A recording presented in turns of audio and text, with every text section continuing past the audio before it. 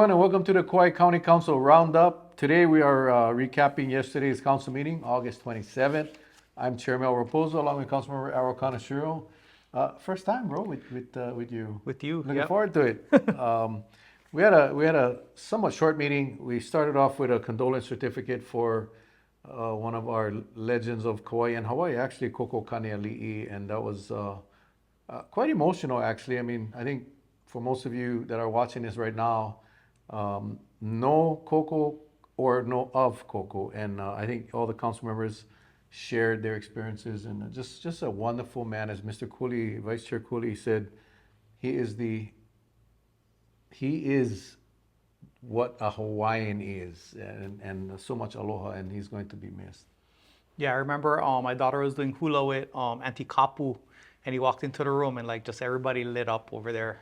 But I think that's just what he did, right? He was able to light up a room. So. He's going to be remembered for his hair, his big white hair, silver hair, his voice, and all of that. But you know, it's when these people leave us, it's a huge gap to fill because of just their value here, sharing, always sharing, and not just the Hawaiian culture, but just how to be pono. The guy was always so happy. He's going to be missed.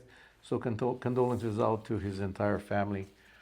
And then we got into business, and we had a few bills and resolutions. We did have a request for an indemnification, and normally we don't cover the indemnifications here, but this one is regarding the facility at Hyena State Park.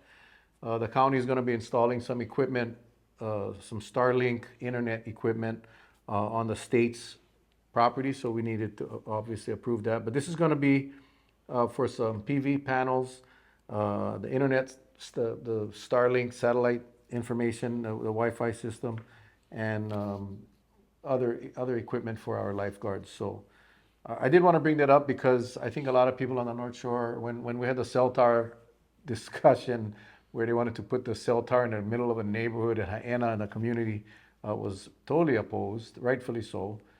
This will provide some emergency Wi-Fi service for those on the North Shore utilizing Starlink, which is crazy. If anyone is thinking they're going to go to the North Shore and watch Netflix using the Starlink, we did get information from our IT person that the bandwidth for that type of activity is probably not going to do so well, but it is definitely there for emergency phone calls, any type of phone calls. Yeah, much needed, much needed, much needed. And then we had a couple of resolutions. The first one was confirming Carl Miyake to the Board of Review. Mr. Miyake came to us with on an interview a couple weeks ago. Definitely qualified. So that resolution was passed, and he is now a member of the Board of Review Commission. And then we had a resolution establishing no parking zones.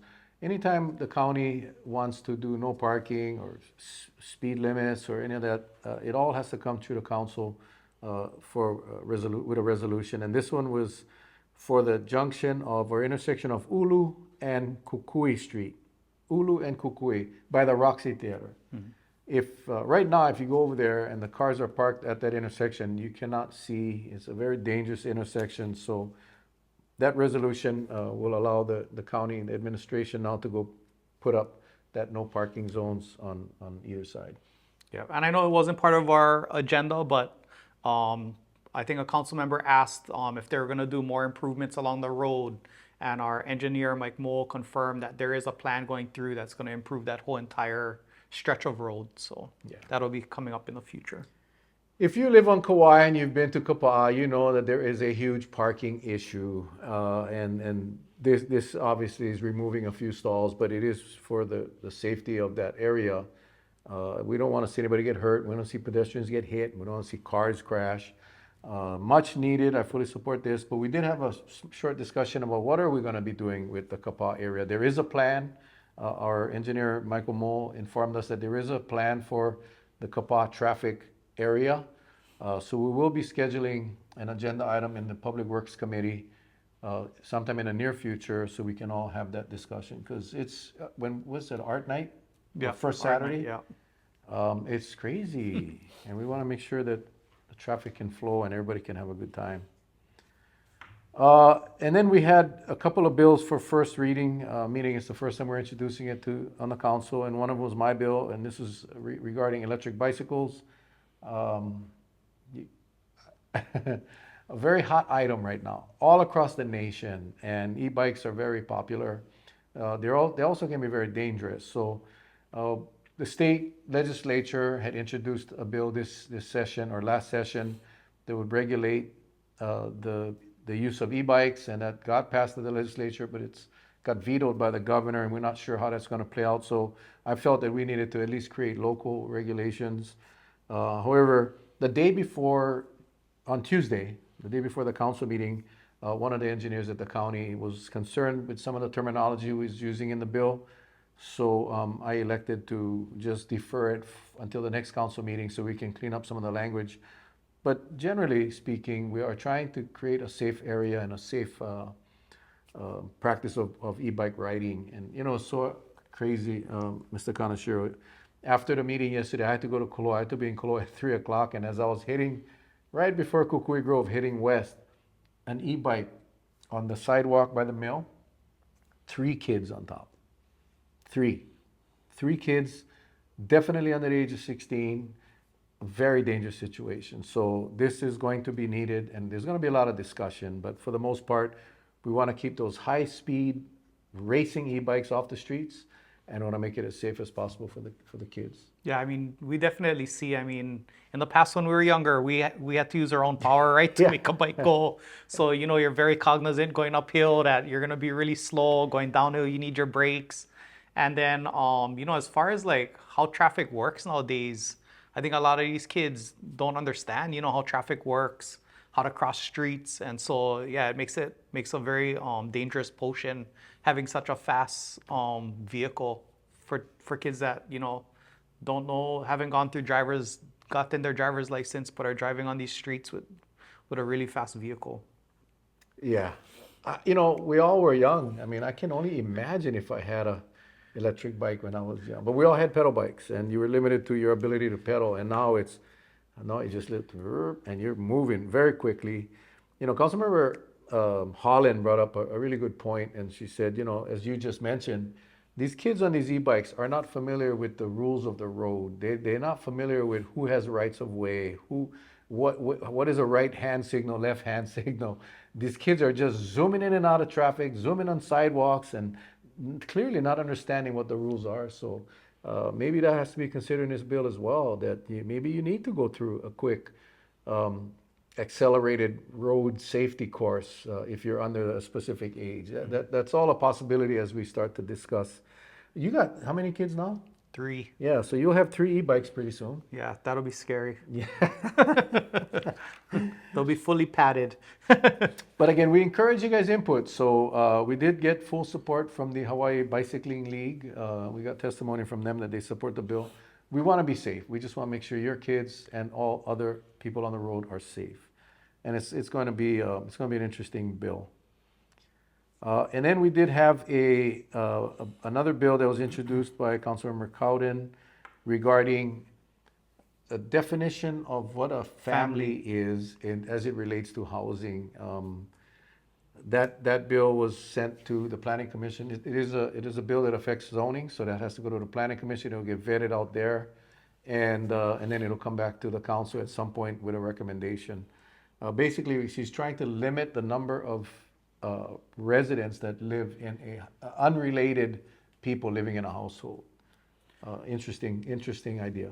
Yeah, and I think there's going to be a lot of discussion on it because I mean we're in a situation where we're trying to figure out how to create more housing for people, and then in this case we need to be really careful on how it's worded so that we're not hindering housing more people.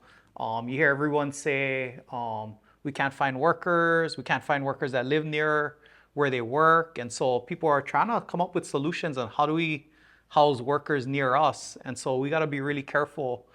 I mean, we just went through the whole plantation camp stuff for the west side. We got to be really careful on how we redefine this, if we redefine it, so that we're not limiting the ability to house people near where they work.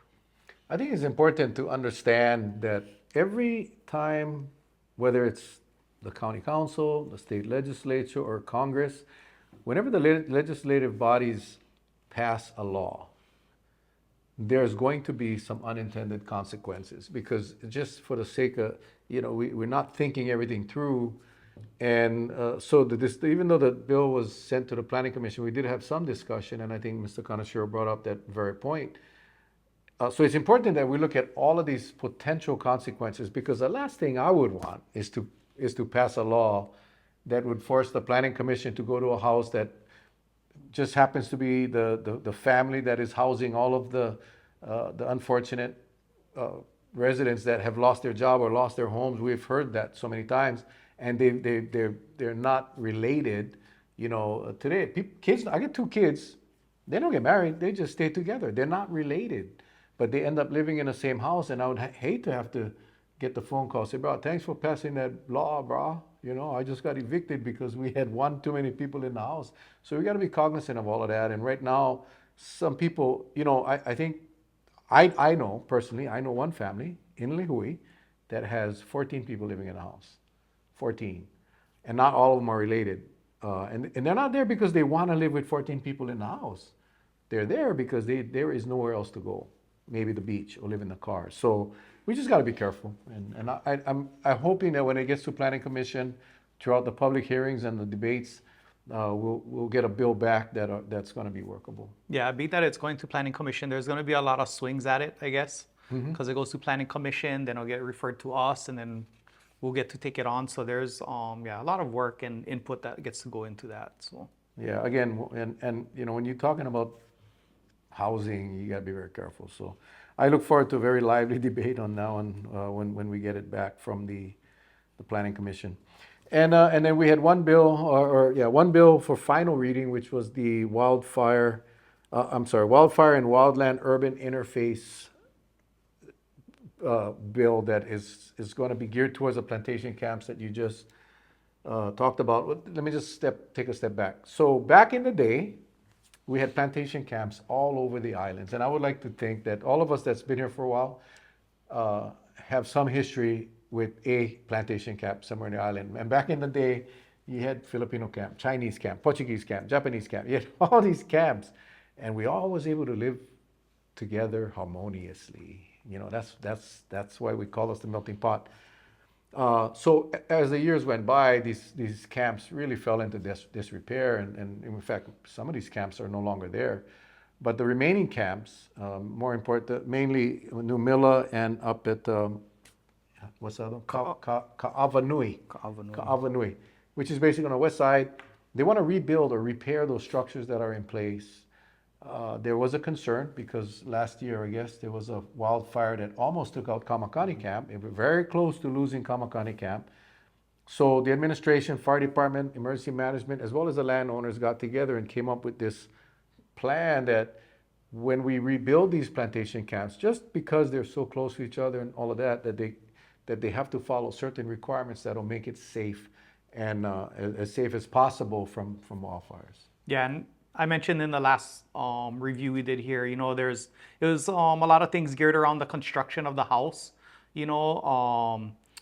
putting screens up in any open spaces where embers could go in, screens under the house so that embers couldn't go down, protecting any connection points in your house because they say that's where fires are caused once it gets to sit at a certain area on your wall. So you're protecting all the those intersections. Gutters, getting it covered so leaves don't accumulate. So there's a bunch of construction type requirements in it to prevent fires from starting on a house. And then they also did defensible space, which was around the house. So they looked at zones, 0 to 5 feet from the house, 5 to 30, and 30 to 100. And of course, the vegetation gets bigger as you go further out. They don't want vegetation right up on the house. So I thought they were very thoughtful on the types of requirements they wanted to implement. They understood that there's a cost to them, but they didn't go so crazy as to where the cost would prohibit someone from wanting to build this type of unit that they're looking at. What I was really surprised to learn was that the majority of these communities that are destroyed by wildfire is not being destroyed by the fire or the heat. It's being destroyed by the embers. So I didn't realize that, man. When they said like 80% of the fires start by the embers that are floating in the wind, those embers stay lit for a while. And the whole purpose of this bill is to remove any of those particles or rubbish, or like you said, the leaves in the gutter, that where the embers land can start a fire. So I believe there's a 5-foot concrete pad that you got to go around the house, because typically that's where rubbish and trash gets collected. Brooms and anything that's flammable or subject to get burned shouldn't be near the house. It should be away. So, I mean, very thoughtful plan. And as Mr. Connoisseur said, it will come with an additional cost. But the landowners were very supportive, because I think we all know, from what happened in Lahaina and what almost happened in Kamakani was close, man. I mean, that was. I remember I was on the mainland and I got a call from the mayor, and when he called me, he said, I think we're going to lose Kamakani Camp. That's how close that thing was. And thank God our fire department and all the private landowners and trucking companies and all of these guys came together and was able to stop that before we got to the camp. So I think it's something that is needed, and will definitely save those camps in the event of fire. So, but that was pretty much it. And pretty boring stuff, I guess, if you're not into this. But our council meetings can be watched live every single Wednesday at 8:30 on I'm going to say Hawike's YouTube channel, because it's awesome. The quality is good. It's live. Just go to Hawike on YouTube. Hit the subscribe button and the little bell next to it, because when you click on the bell, whenever Hawike uploads a new video, you get notified. And you can watch all of the archive meetings there, or you can go to our website, www.kauai.gov. Quality not as good, much harder to find the episode you want to watch. So I highly suggest checking out the YouTube channel. We do want to thank Hawike for allowing us in here every week to do this recap, and really appreciate you coming in, man. Yeah, no, thanks. We also had one public hearing. Oh yeah. And it was on the Hanapepe Monument, regarding the Hanapepe massacre, and it was public hearing, so we don't say anything. Public came in, we received a bunch of letters in favor of it. We had testimony in favor of it. I think had a little bit of question on the amount of funds that was in there, but the amount of funds that is in the budget is what they said it would take to do this monument. And so for the most part, it was all positive regarding this monument and how it was going to move forward. There was a lot of people that Filipino community members that came in, and they didn't testify, but they were there to see. And I did want to, thanks for bringing that up, Errol, because the initial request for funding was over $300,000, and the council was fully supportive of that. That's what the Planning Department and Open Space Commission had estimated that this monument would cost. But after they did their due diligence, realized that they didn't need that much, so the amount of the money was dropped to $215,000, which is what we expect them to do. We don't want to spend more than we need. But I think for the public that may have got the impression that the council was cutting the amount, so we had testimonies from people, please restore the original amount. Well, this amount is exactly what the Open Space Commission is requesting to complete the project. And that one's going to be an amazing monument that will, pay tribute to many people on both sides, from the law enforcement side and the we even union had side. Kealoha come out and testify about what was her grandpa or great grandpa, and they had it was almost like a written obituary on it right around the time that he passed away. I mean, gave you chicken skin, just listening to it. So and I will expand on that, because we all know Kealoha, and I still remember my great grandpa. He's long gone, but I still remember him, and I still remember the stories he used to tell. And I saw Kealoha, she got choked up a few times, because I know she knew her great grandpa. But I think it was the obituary. They did a huge job. She read it off of an article I'm assuming from the Garden Island, and it talked about how the grandpa was a police officer, a great grandpa, and how he would focus on all the kids in the community, and he was such an amazing man, and he went there and call of duty and was shot numerous times and died. So there's a lot of history there, and I think it's only right that we as a county pay tribute to all of those that stood up for their labor rights, as well as those officers that went to respond to the call. So I'm hoping that one of our friends here will cover that. Our cameraman Roger. By the way, I gotta say tomorrow, I guess is Roger's last day here at Hawaii. We're gonna miss him, and if you guys see Roger in the community, don't forget to say mahalo. We appreciate 18 years, I believe it is, or some 18 years of service here at Hawaii, providing community resources to our people. We're gonna miss him, but if you see him around, Roger, thank you for all you've done, buddy. And thank you. And Smita. Sorry, they're behind the camera. Smita is taking his place, and she's still smiling. So we might actually have her here for a while. So anyway, with that, again, thank you all for tuning in. Don't forget Hawaii on YouTube. Subscribe to the channel and never miss another one of these. All right? Yep. Again, thank you all for joining me thank you. today. Until Always next a time, pleasure. hui ho, guys. Take care. God bless.